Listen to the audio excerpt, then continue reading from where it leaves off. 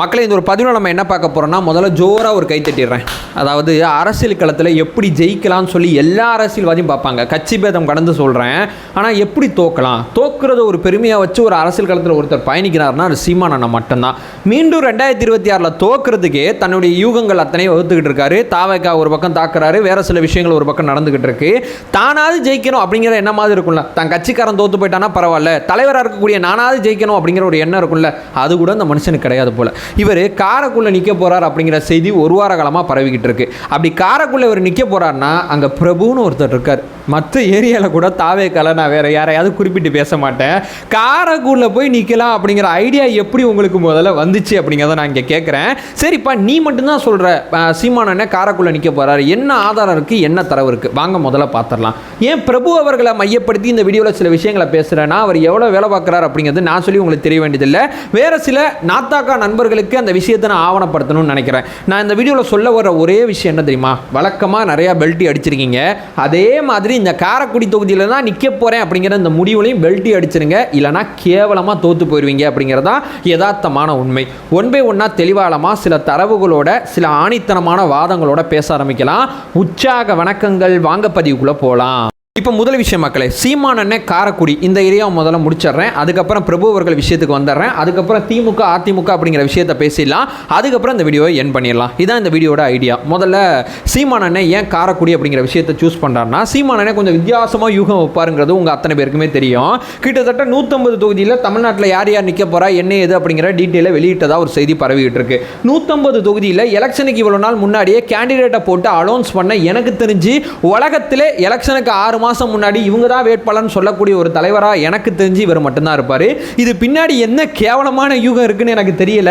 இவர் தான் வேட்பாளர்னா ஆப்போசிட்டில் அதுக்கேற்றபடி காய் நவுத்திட்டு போயிடுவாங்கல்ல. யார் வேட்பாளர் அப்படிங்கிறத மறைமுகமாக வச்சு விளையாடுற விளையாட்டுலாம் அரசியல் களத்தில் நிச்சயமாக சக்ஸஸ்ஃபுல்லான ஒரு ஃபார்மெட்டாக இருக்கும். அந்த ஃபார்மெட்டுக்கு நேரெதிரான பக்கம் அவர் பயணிச்சுக்கிட்டு இருக்கார். சரி, எல்லா தொகுதிக்கும் போட்டார்ல. சிவகங்கையில் மொத்தம் 4 தொகுதி இருக்குது, 3 தொகுதி மட்டும்தான் போட்டார், ஒரு தொகுதி போடல. ஒவ்வொரு மாவட்டமாக போகும்போது ஒவ்வொரு மாவட்டமாக கம்ப்ளீட் பண்ணுறாரு.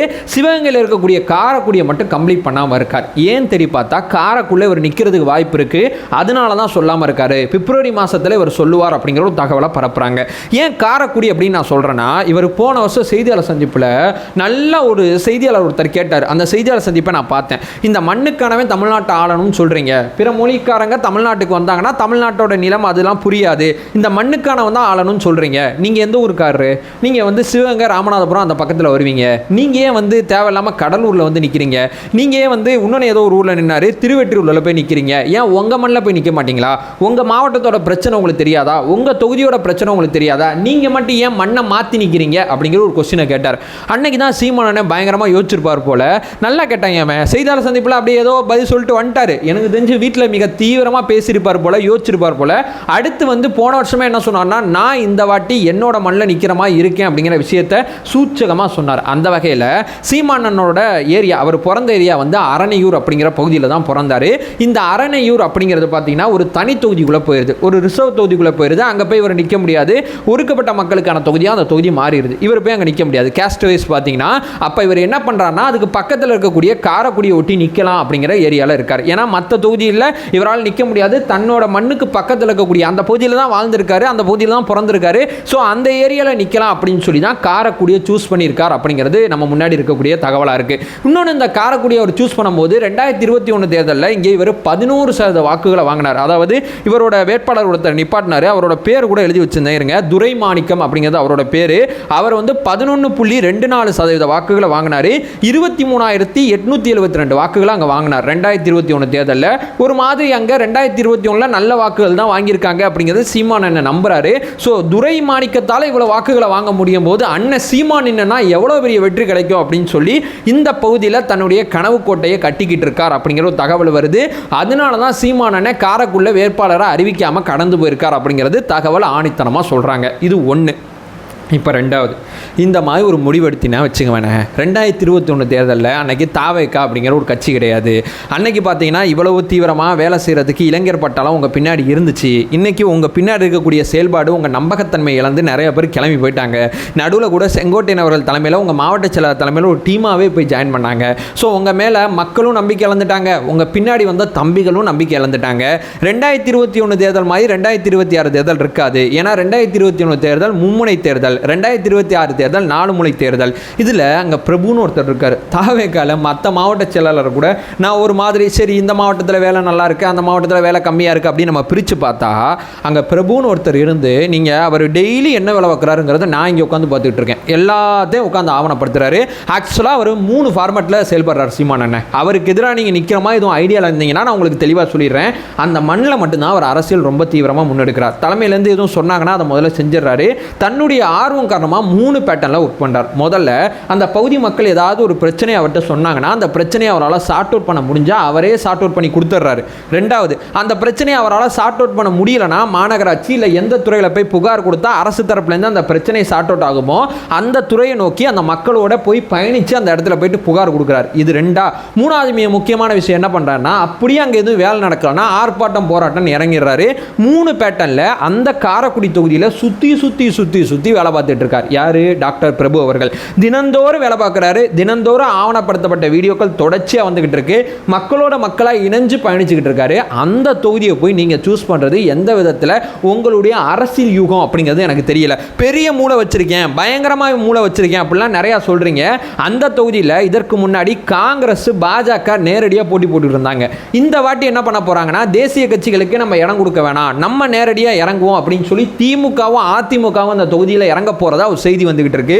திமுக அதிமுக இந்த பக்கம் தாவக்காலேருந்து ஒரு வலுவான வேட்பாளர், அதாவது இவர் தான் நிற்க போறாருன்னு சொல்லலை, இவர் ஒரு பேட்டர்ன் அந்த பகுதி மக்கள்கிட்ட நல்லாவே கிரியேட் பண்ணி வச்சிருக்காரு. இவர் நின்னாலும் இவர் சார்பாக யார் நின்னாலும் அந்த தொகுதியில் தாவேக்காக்கு கணிசமான வாக்கு கிடைக்கும். தமிழ்நாட்டில் தாவேக்கா எல்லாத்தையும், அதாவது 234 தொகுதிகளையும் முழுக்க முழுக்க முழுக்க முழுக்க டார்கெட் பண்ணி, ஒரு மாவட்ட செயலருக்கு 2 தொகுதி தான் இவ்வளவு தீவிரமாக டார்கெட் பண்ணி தாவேக்கால வேலை பார்த்துட்டு இருக்காங்க கிரவுண்ட் லெவலில். நான் முன்னாடி சொன்னபடி பகுதி மக்களோடு எவ்வளவு தூரம் கணக்கில் இருக்க முடியுமோ அவ்வளவு தூரம் கணக்கில் இருந்து வேலை பார்த்துட்டு இருக்காரு. இந்த ரேஸில், அதாவது தாவேக்காக்குள்ளே ஒரு 10 பேரை நம்ம எடுத்தோம்னா, மிக தீவிரமாக வேலை பார்க்குற 10 பேரை எடுத்தோம்னா அதில் பிரபு அவர்கள் கண்டிப்பாக வந்துடுவாங்க. அவருக்கு எதிராக வந்து சீமானனை நிற்கிற மாதிரி இந்த மாதிரி யூகங்கள், இந்த மாதிரி ஐடியாலஜிலாம் நிற்குமானே முதல்ல. அவருக்கு இருக்கக்கூடிய ஒரு அந்த பகுதி மக்கள் அவர் மேலே காட்டுற அன்பு, அதுக்கப்புறம் வந்து அந்த பகுதியில் இருக்கக்கூடிய இப்போ காங்கிரஸோட சின்ன பேச்சுவார்த்தையெல்லாம் ஒரு பக்கம் போயிட்டு இருக்கதா செய்திகள் வந்துகிட்டு இருக்கு. ஒருவேளை காங்கிரஸ் எங்கள் பக்கம் வந்துச்சுன்னா சிவகங்கையும் எங்கள் பக்கம் வந்த மாதிரி. தயவு செய்து சொல்கிறேனே, இந்த என் ஊர்லலாம் நிற்பேன் ஒரு செய்தியாளர் சந்திப்பில் ஒரு விஷயத்தை பேசிவிட்டீங்க, பேசுனதுனால தான் இவ்வளோ தீவிரமாக வேலை பார்த்துட்டு இருக்கீங்க. இந்த பெல்ட் அடிக்கிறது உங்களுக்கு புதுசு கிடையாது. பெரியார் ஆதரவு, பெரியார் எதிர்ப்பு ஆல்ரெடி பண்ணீங்க. தாவேக்கா ஆதரவு, தாவேக்கா எதிர்ப்பு 2வது பண்ணீங்க. கரூர் விஷயத்தில் விஜய் அவர்களை குறை சொல்லக்கூடாதுன்னு சொன்னீங்க, அதுக்கப்புறம் விஜய் தான் காரணம்னு ரொம்ப தீவிரமாக பேசுங்க. இந்த மாதிரி நீங்கள் பெல்ட் அடித்த கதைகள் அப்படிங்கிறது இந்த அரசியல் களத்தில் நிறையா இருக்குது. அதோட இதையும் சேர்த்துக்கலாம், காரைக்குள்ளே போட்டி போடுவேன் அப்படிங்கிற விஷயத்தையும் சேர்த்துக்கலாம். எனக்கு தெரிஞ்சு 5 வருஷமாக கஷ்டப்பட்டுட்டு இருக்கீங்க. எங்கேயாவது ஒரு தொகுதியில் ஏதோ ஒன்று சும்மா போய் நின்றுபிட்டு ஏதாவது ஒரு வேலையை பார்த்து, போன எலெக்ஷனில் கூட மைக்கை கூட காமிச்சு கூட எங்கள் பசங்கள்கிட்ட ஓட்டு வாங்கினீங்க. இந்த வாட்டி அதையும் பண்ண முடியாது. ஏன்னா நீங்கள் எவ்வளவு மோசமானவருங்கிறத நாங்கள் அத்தனை பேரும் நல்லாவே தெரிஞ்சுக்கிட்டோம். எங்கள் தலைவரே உங்களுக்கு ஓட்டு போடுன்னு சொன்னாலும் எங்கள் பசங்க ஒருத்தங்க கூட உங்களுக்கு ஓட்டு போட மாட்டான். வேறு எங்கேயாவது ஏதாவது போய் டெபாசிட் வாங்குற தொகுதியாவது போய் நின்றுங்க. எனக்கு தெரிஞ்சு நீங்கள் ஜெயிக்க மாட்டீங்க. டெபாசிட் எங்கேயாவது வாங்குற தொகுதியில் போய் நின்று ஜெயிக்கிற வேலையை பாருங்கள். அதை விட்டு போயிட்டு காரைக்குள்ளே போயிட்டு பிரபுக்கு எதிராக போய் நிற்கிற இந்த மாதிரி முட்டாள்தனமான யூகங்கள்லாம் உட்காந்து வகுத்துக்கிட்டு இருந்தீங்கன்னு வைங்களேன், 2026 காணாமல் போயிருவீங்க. வேற எங்கேயாவது நின்று டெபாசிட் வாங்கினா கூட 2031 வரைக்கும் ஏதாவது கத்தி ஏதாவது பணம் பார்க்கலாம். அதையும் நீங்கள் செய்யலைன்னா மறுபடியும் சொல்கிறேன், வியாபாரமே முடக்கத்தில் போயிடும். இந்த மாதிரி முடிவெல்லாம் எடுக்காதீங்க. அதை சொல்லிட்டு இந்த வீடியோவை நான் என் பண்ணிக்கிறேன். நம்ம சேனலை ஃபர்தராக ஃபாலோ பண்ணிங்கன்னா பொலிட்டிக்கல் சார்ந்து மிக முக்கியமாக பல்வேறு விதமான விஷயத்தை நம்ம பேசிக்கிட்டு இருக்கோம். நம்மளோட ஒரே நோக்கம் அறியாமை கட்ட வேண்டும், அறியாமை கட்டப்பட வேண்டும். Thank you so much.